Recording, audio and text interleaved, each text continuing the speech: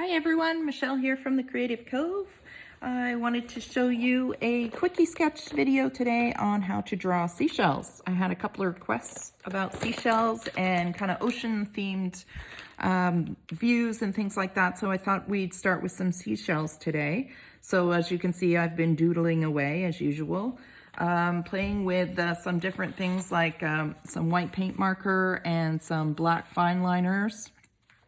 Building out the little bit of ephemera here with my usual, what is it called, library pocket that I like to use with some, what is that stuff called? Geez, it's early in the morning and I haven't woken up yet. Not acetate, but vellum, which has been coffee dyed, and some sketching. So I thought we would go through a couple of, maybe two styles of seashells. So as you can see, I've been practicing away. So I thought we'd do this guy today and this guy. So this is a shell that I had picked up out west where my parents live on Vancouver Island, and my dad and I went, and a couple of other family members went kayaking over to Denman Island, and we found this on the beach and it's a beauty. So I snagged it and brought it all the way back to Ontario, and it sits on my living room shelf, and it's just beautiful, all the textures and lines. And this is drawing shells, because they're so organic, really does force you to practice your contour lining to really capture the form and details in these. We don't go into super details. You can see they are just quick sketches, but in order to capture a quick sketch, you really have to pay attention to the way things grow and what direction your pencil needs to move in to capture that form. So that's what we're going to play with today. So let's get started. So we're going to draw that shell today. We might simplify it a little bit so it's not huge, but I wanted to show you how easy it can be once you practice your contour lines, how to capture seashells. So you're going to use a coffee dye paper if you have it, or sketchbook paper, or an envelope that's sitting next to you, whatever paper you have. Today I'm using my 0.7 mechanical pencil, but you can use an HB, you can use anything you've got, you can use a pen, whatever you have handy. All right, so let's start here. I'm just gonna move some stuff out of the way. So we're gonna do the seashell that I just showed you. So we're gonna start with basically a swirl. We're gonna swirl it out. And as we move away from the center of that swirl, the swirl gets further and further away from that center. And then it comes down and then wraps around to the beginning. So the distance here is narrower than the distance up here. So you can, again, make any adjustments. That's the beauty of sketching. Just want to make sure that you get them the way you want them. And yeah, I'm pretty happy with that. So now I have the basic outside form. Now I want to put some details in to really capture these beautiful swirls here. So hopefully you are close enough. It's raining again, so I apologize if the video is dark, but I only have the one source of light. So let's take our pencil and really start capturing the contour. And the way we're going to do that is we're going to move our pencil around from line to line like this. And I'm just going to do it nice and quick. I get to the center, so anything facing you drops down forward to a straight line like this, and then slowly starts going out again. I hope that makes sense. And then we keep going, and we're really just putting in our form right now. Just, contour lines, real loose and easy right now, just to remind us which way it curves. So if I did, for example, let me just show you another example here, just real quick. If I did just straight lines back and forth, you can see how flat it is just by doing a straight line to just curving the edge of those lines. And the difference in the realism is huge. And it's all it is because you're telling the viewer that the shape of the shell curves this way. And that's all it takes. So now we're going to build up just a little bit of shading. So I want to separate these rows. So you can see this one, I'm going to try and move it so you can see it. So this is the highest tip, and then it works its way down and works its way down. So we have to show that in this drawing, that this point is the highest and that these slowly sit behind it. And they just work your way back. So you're going to stay with those contour lines. And you're going to put some of the shading in around, let's say, the back edge of this line. Does that make sense? So this is in front, this is behind. So I'm just going to throw some lines in. And if we overdo it, so I overshot it here, I'll erase that in a second. And again, nice loose sketches, nice and easy. Nice and quick. So I'm going to cast a shadow on this side. So I'm going to pull the line out here as well. So let's say the light source is coming from this side here. And then as the artist, you can decide that. I'm just going to pull it out from behind here where the light would hit here and the shadow would be casted underneath this curve. So like I said, seashells really do force you to practice your contouring. I do want to lighten this edge here because I went too dark.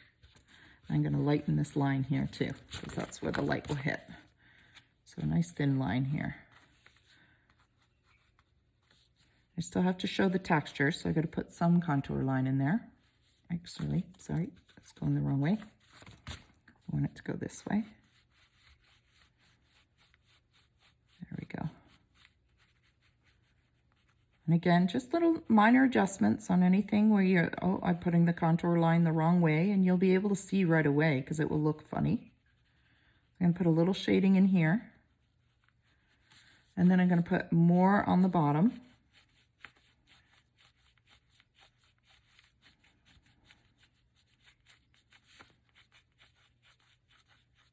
And shells might take a little bit more practice because they really are very organic and flowing. So there's a lot of movement going on within the shell itself that might take you a few tries to capture, but don't give up. Just make yourself comfortable. Don't put the pressure on trying to make it perfect. Again, the whole idea behind these quickie sketches is just to loosen up and get to know your pencil and your paper and your style, because everybody draws differently. So I'm just gonna give myself a few more textures on this. And I just keep playing with that contour line. Just keep pulling it out. And you can see how the form is building. So if you want to be a little bit more dramatic, you can go a little darker in here. In the back of that line. And the darker you go, the more you're telling the viewer that there's a concave there and it's caught the shadow. It's missing the light. So these have these really rigid ones. I don't know if this one has it. Yeah. So I hope you can see it, but they have these really deep rigid lines here. So we want to capture a few of those. So we're going to put in some darker lines along here. And again, on the edge, and it curves, that contour feel, really capturing that curved line. And there we go. So mine has a little hole in it right here, so I'm going to cast a shadow in the hole. And there we go. So that's that guy. Maybe put a little bit more in here.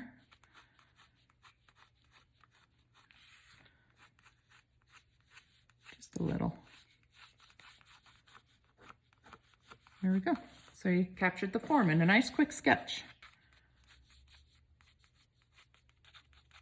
So let's do another one. So I don't know what this one's called. It's quite common. We're going to start with a triangle. Hopefully I'm in frame here. We're going to go with a carrot shape. And we're going to swoop it back. Okay, so we've got our basic little carrot shape here. We're going to give this end a little bit more of a point. And then we're going to start building out the form. So we're going to roll it out and it rolls back in. Roll it out, rolls back in. And as we work our way up, the new growth of the spiral gets smaller and narrower. I'm going to roll this out. And we're going to, again, make any adjustments we need to make as we go. And you're going to stay within relatively close to that original carrot shape. Just keep going smaller, smaller until the tip. So now you can erase some of these other lines, soften the lines you just did. And we can again put some detail in. So we're gonna soften this a little. So these are ridges. I don't have one of these shells in front of me, unfortunately, to show you as a reference. But these curve this way. So there's a shadow in here. And there'll be an indication of a little bit of a shadow on the other side. So shadow in here. And again, nice and loose. You can see how fast my pencil's moving. Just implying the shadow real quick. And the bottom here, so the bottom swirls and you're going to curve it up like that. And then this goes pretty dark because this is the opening. So the little guy goes in here. Little crab goes in there to get his new home. And then again, we want to do the contour line, really capture that curved shell. So you can draw any kind of shell and it will really, really force you to practice your contour lining, which I strongly recommend because once you learn how to observe things in the direction they grow, and you train your brain to train your hand to draw it, you're off to the races. There's nothing you can't draw. So if you wanted to learn how to do portraiture or, you know, doggy portraits, whatever you want to learn to draw, this is I can recommend one of the best things to practice is seashells. Organic stuff like this with lots of movement, twists, turns, forms, shapes, all that stuff. They also have this kind of pattern that comes down here like this. So I'm just gonna, again, so if I did it straight like this, again, loses its appeal, it loses its form. So if I curve it and indicate to the viewer that this is curving, it creates that three-dimensional feel. I'm just gonna erase these straight lines, curve, nice and quick. So I wanted to show you really quick how to use these little micron pens. These ones are just an assortment. So I have like a actual micron, and then I have Le Pen Drawing, I think it's called. It's a technical drawing pen. I got them at Walmart, and they're all different numbers. So the higher the number, the fatter the nib, and the smaller the number or lower the number, the finer the nib. So I thought we could play. This one is a 0.5, so that's how big it is. I thought we could go over real quick in pen, and you can see the dramatic effect it has against this coffee dyed paper. And I don't redraw everything. I just want to throw some of this in. So again, I loose sketch right over top of my pencil. And I really like the look of it. And then we're going to use a little bit of a white acrylic marker too, because the white acrylic looks really nice on top of this warm coffee dyed paper. So I'm just going in real quick here, scribbling away. So the finer the nib, the thinner the line and the more delicate the stroke. So if you want a really delicate look, use a finer nib. So for example, if I want to put some in this smaller section, I would use a much smaller nib. This one is a 0.5, so you can see it's really tiny. And you just kind of scribble it in, and you have a little bit more control with a finer line. You just have to work a little harder to get the ink to fill in a bigger section. So it's really just, you know, playing with what you got though. I wouldn't run out and go buy hundreds of these. But sometimes that, like, especially right now when it's back to school season stuff's coming out, you can get really good deals. I think I bought a couple of these the other day that were colored and they were like $3. So sometimes you can get a good deal. I think we'll put some of the white that I was telling you about. So this is the Uniball, and it's an acrylic white marker. And I love it. It's I love it for putting little contrast in. So I'm just going to say the light is on the top of the shell. So I'm just going to put a little highlight just for fun on the top, just to show you. So that's a quickie sketch of that kind of shell. So I wanted to use this in maybe some ephemera we could do right now. So I'm gonna cut this out. And then I saw this really cute video of a thing called a Dutch door where you cut around the shape.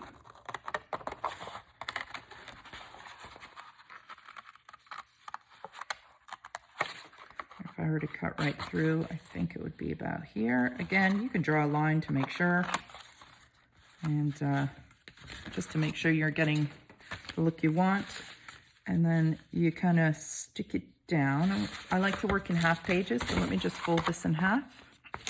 Because then I usually work with a standard copy paper, and then I just fold them in half, and that's pretty much how big my journals get. And then I think I'll put it right here. So let's put some ink on it, because I do like the that grungy look. So this is that vintage photo by Holtz, Jim Holtz, I believe it is. So bad with names. So that. Oh, and then I got this thing too. I showed it in another video. It's a stamp that came on like a hard wood stamp, but I pulled it off because I really like the look of just using it randomly. So I just rubbed some ink on it. And I love the way it kind of vintage vibes up the paper even more. And it's illegible, so it doesn't say anything really that you can read. I think that's actually even upside down. So there, I got that, which I thought would make a really cute pocket. So let's glue it. And glue the bottom. You can use tape here. Double-sided tape would probably be easier. But I'm just not that prepared. There we go. Whoop, my cap. And let's glue that down. So now I have a little pocket with my shell. And I did this drawing earlier today of a lighthouse, which kind of ties into seashells to me anyways. So again, it's using those pencil, that pen. I draw it in pencil, and then I play with the two micron pens and paint marker, and just fill it out. So it's a really cute little sketch. So you can just throw something like that behind it. So now the contrast is, this is just pencil and this is just ink. So you might not like that look, and you might want to go back over it with your pens. So let's do that, just to tie the elements all together. And another thing I like to do is kind of do a surprise scenery behind the ephemera that you might pull out. So let's just scribble in some of this pen. Again, nice and loose, not stressed. Just having fun, decorating my journal. So what we'll do, because we're going to do sceneries, we're going to put some shading underneath this guy. Let me just put a little more texture in here. So you can see just adding a little bit of pen ties the two elements together. So I'm going to put in some black. I'm just going to scrub it in.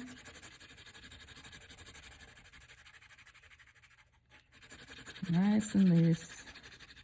Really casting a shadow right under that shell.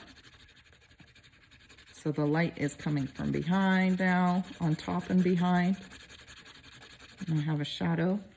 And I can do a little scribbling here just to imply maybe some sand. It's sitting on something. I move this out the way because I don't want to draw on it. Pull some of those contour lines from the back.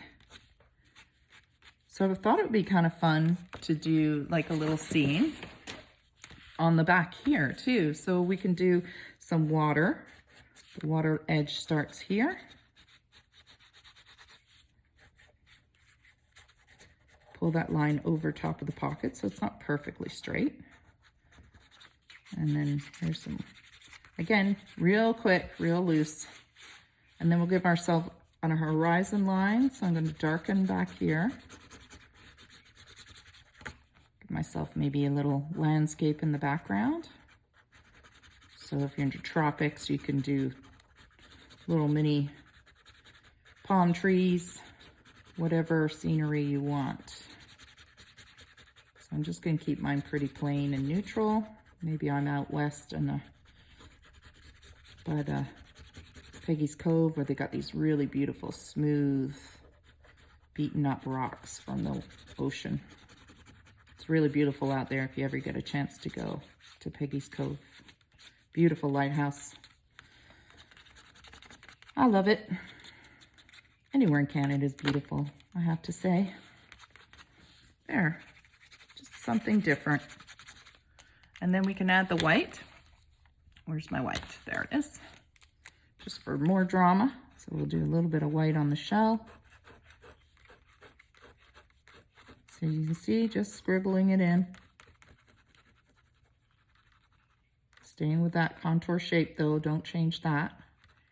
Now stay the same on that, or you'll lose all the work you did.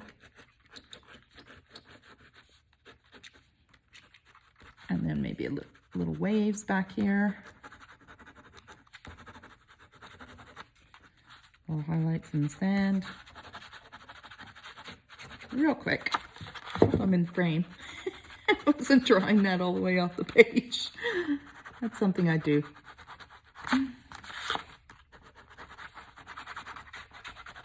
And then you can even add a little bit of pencil back into it, just so that, because there's pencil in this, you can put a little pencil, a little warmth in the water as well. Just so all the elements are tied together. And you can even do clouds. I mean, you can just keep going and going. It's so much fun. A little bit of white in there. And so with this, it's wet, so I could just roll my finger and rub it in so it softens the effect. And just little cloud formations.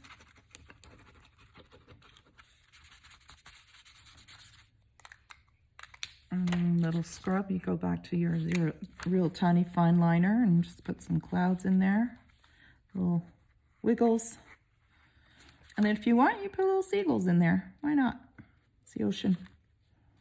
When you hear seagulls, you know you're near an ocean. I love that sound. So anyways, just a cute little background if you're interested in doing a surprise. So that when you do pull out your ephemera,